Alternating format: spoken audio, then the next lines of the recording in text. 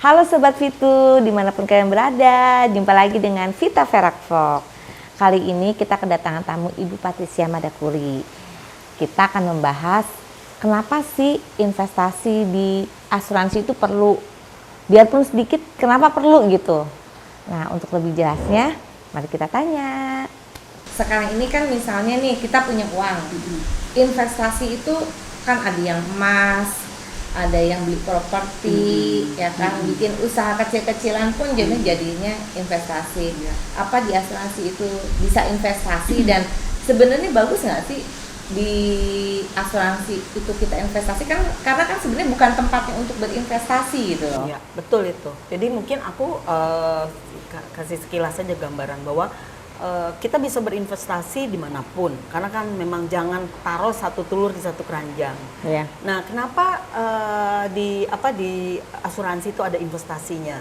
Nah, investasinya di asuransi itu bermanfaat untuk membiayai premi-premi yang akan terus naik.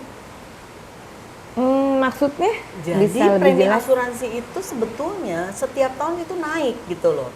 Nah, kalau di asuransi yang kita kenal sebagai unit link, di luar yang bermasalah ya, sebetulnya sih unit link itu bukan sesuatu yang jelek loh. Karena aku sendiri untuk untuk karyawan, berapa ratus karyawan Garuda ya waktu itu ikut untuk dana tambahan pensiun ya, kita pakai unit link. Unit link ini biar lebih gampang seperti sahamnya lah ya, saham. Seperti ya, investasi lah. Iya, investasi gitu. sahamnya Ya. gitu. Jadi di asuransi itu kenapa ada dua ya? Ada yang tradisional, itu benar-benar murni asuransi untuk proteksi. Nah, yang kedua adalah yang adanya unit link ini. Nah, unit link ini fungsinya sebetulnya itu kalau memang digunakan dengan tepat, itu sangat bermanfaat buat nasabah-nasabah. Kenapa coba? Kalau dia bayar premi asuransi, misalnya usia 30, kan cost of insurance-nya masih rendah ya, masih murah. Mungkin hanya dengan 5 juta tuh cost of insurance-nya cuma 1 juta gitu loh. Tapi dengan bertambahnya usia, cost of insurance itu akan naik gitu loh, sesuai usia kita. Nah, tapi kalau kita ada unit link, setoran kita ke perusahaan asuransi itu kan tetap. Oh, jadi 5 juta, terus sampai dia usia 60 pun tetap 5 juta. Nah, kenapa bisa begitu? Kenapa nggak berubah? Padahal kan biaya asuransinya meningkat. Itu diambil dari tabungan investasi tadi.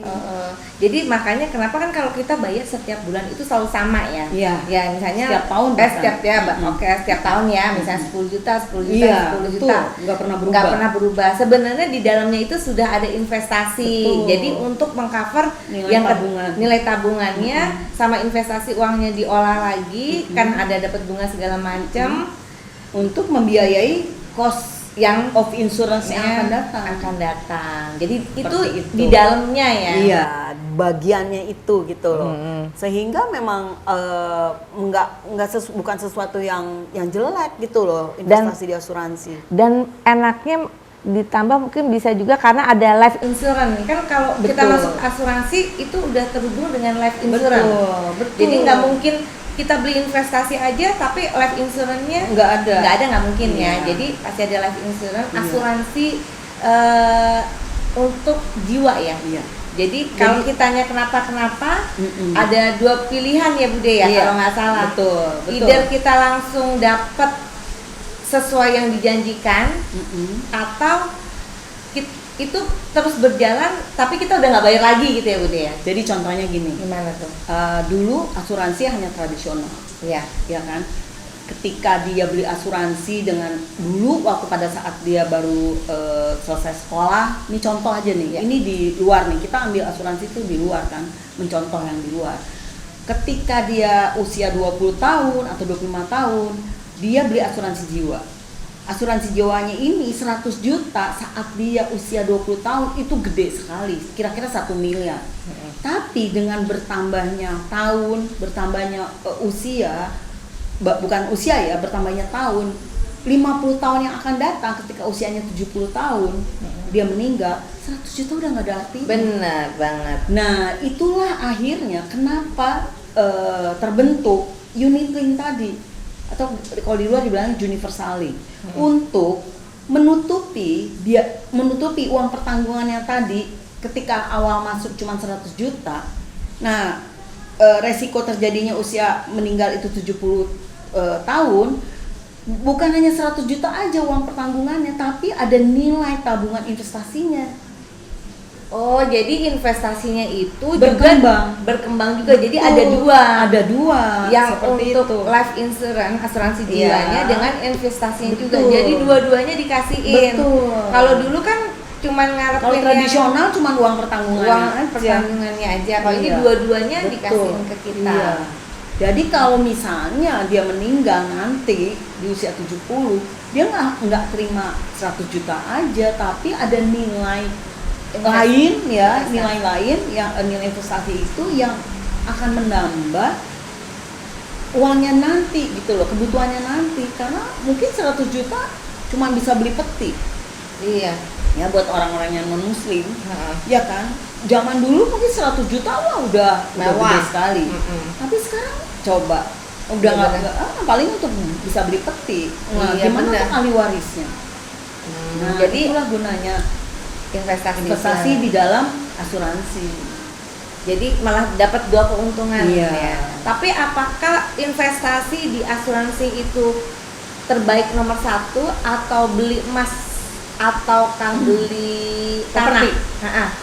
Maksudnya apa Oke. gimana nih untuk Ya, aku ngerti maksudnya. Jadi mana sih kita sebetulnya nggak semuanya tuh baik. ya? Semuanya punya fungsi yang beda ya. Tapi kalau kita bedah satu-satu, kalau kita berinvestasi di asuransi, bukan berinvestasi ya, itu hanya bagian aja dari premi ya yang diinvestasikan.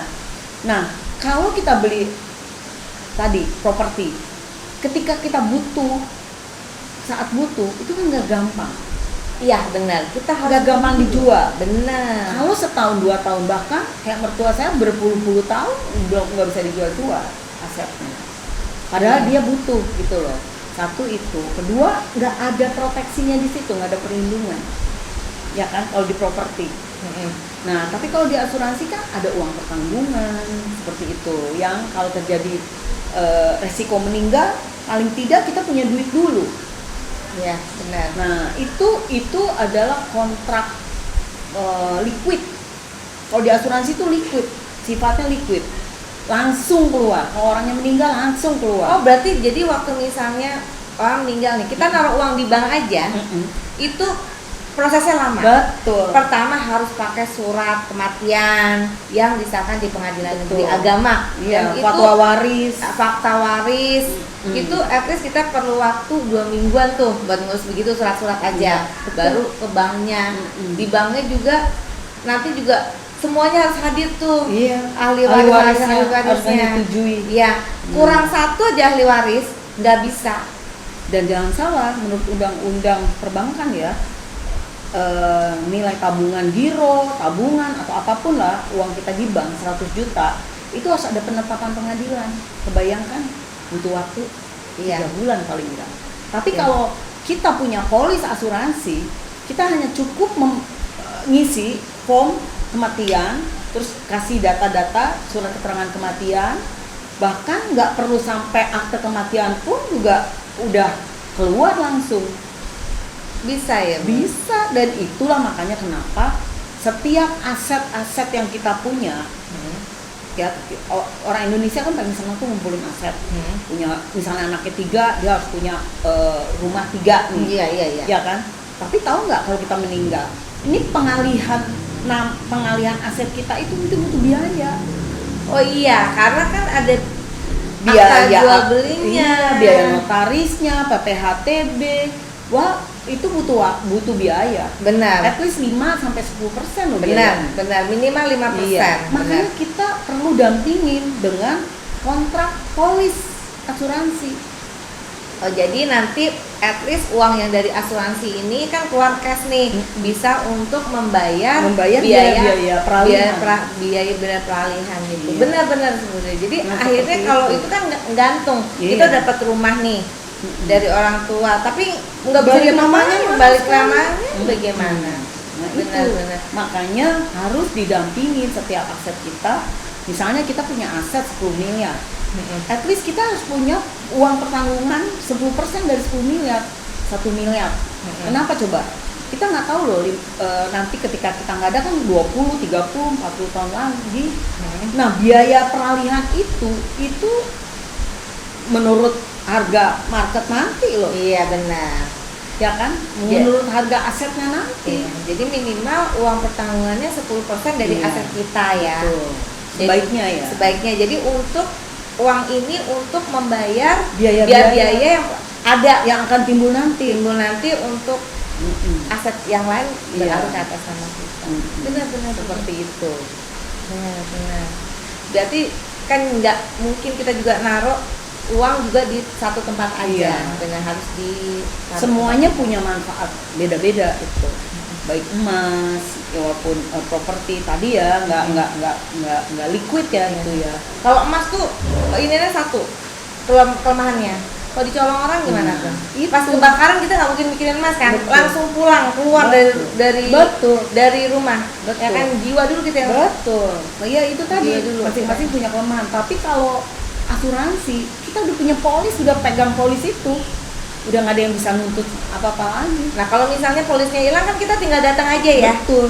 Udah kita tinggalin deh. Minta duplikat polis. Iya Bikin benar. laporan ke polisi, minta duplikat polis. Benar. Jadi kita nggak nomornya juga nggak apa-apa ya. Enggak apa-apa. Nggak apa-apa yang nanti kan dari Bisa kita nama. sendiri yang datang ke Iya. Berarti asuransi. memang harus dibagi-bagi ya kalau Iya. untuk investasi. Dan jangan lupa untuk yang asuransi itu harus ikutan juga ya untuk tambah-tambahan uang. Betul.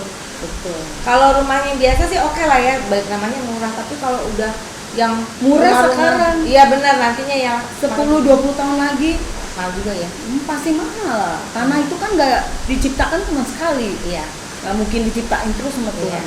Tuhan nyiptain tangan cuma ya segitu Iya. aja ya. Kayak gitu. Oh itu terima kasih obrolannya. Oh ya Itu sebentar kalung. Bude. Ini saya kalungnya mau tanya nih. Kok lucu banget ya? Boleh dipegang? Boleh. Iya. Ini Ini kan dari gimana? bahan-bahan aja ya. Iya. Ini Ini gimana? kalung kesayanganku nih. Oh iya. Karena aku belinya dari Survivor Cancer. Mereka kan sambil maksudnya berobat atau apa, mereka bikin gini-gini kalung-kalung terus dijual. Oh dijual gitu. Dijual. heeh. Kalau boleh tahu Bude harganya berapa nih? Ini berapa sih? Nggak ya segitulah, cuma 150 terus kalian nolong dia. Oh iya, tapi Mereka kan oke lah happy ya. loh. Tapi ini oke loh. Ini kalau Bude yang pakai udah bukan 150 lagi, udah kelihatan 500 loh. Beneran. Waduh, ini kan Beneran, murah lucu. sekali nih dari Lucu. dari ini ya nih, bahan-bahan apa nih? Cuman diikat, diituin, iya. ditali-taliin aja. Oke, kreatif ya Bude ya. Iya, aku senangnya apa? Kalau ini nih aku jadi inget terus gitu loh. Oh iya, aku harus hidup sehat. Satu, kedua, oh iya, ada orang yang kurang beruntung. Ada orang yang harus terus diedukasi mengenai pentingnya asuransi. Supaya kalau dia kena cancer, dia punya Wow. punya cara untuk berobat dengan lebih baik. Iya. Itu aja. Nah, kalau penyakit kritis itu pasti erat kaitannya dengan uang banyak. Biayanya pasti tinggi. Pasti. Kalau untuk mau memperpanjang hidup, betul. Jujur nggak jujur, pokoknya namanya untuk memperpanjang hidup tetap perlu uang. Betul. Ya kan salah satunya ya di asuransi. Kalau kita uangnya pas-pasan, kita pakainya asuransi. Tapi Iya. kalau udah mau kita kaya banget nih, ya udahlah. Tapi tetap sih orang kaya tetap sayang loh ngeluarin uangnya. Iya, Bener nggak Bu? sekarang kalau misalnya pengobatannya sampai miliar-miliaran, Tetap ya. banyak kok orang kaya yang aku tahu ya, beberapa ya nasabah dari perusahaan kita juga. Sekaya apapun kita, tapi ketika dia sakit dan butuh uang, akhirnya habis juga aset-asetnya. Benar. Kenapa nggak yang kita alihin nih? Resiko kita alihin lah ke perusahaan asuransi. Iya benar. Kita memang harus nyisihin nih premi setiap bulan. Anggap atau setiap aja tahun. nyicil waktu sebelum masuk rumah sakit Iya. lah. Ya. Demikian bincang-bincang dengan Ibu Patricia Madakuri. Terima kasih atas waktunya Bu. Sama-sama. Demikian bincang-bincang kita dengan Ibu Patricia Madakuri. Untuk sesi-sesi selanjutnya jangan lupa ya nonton Vita Vera Vlog dan jangan bosen. Mwah.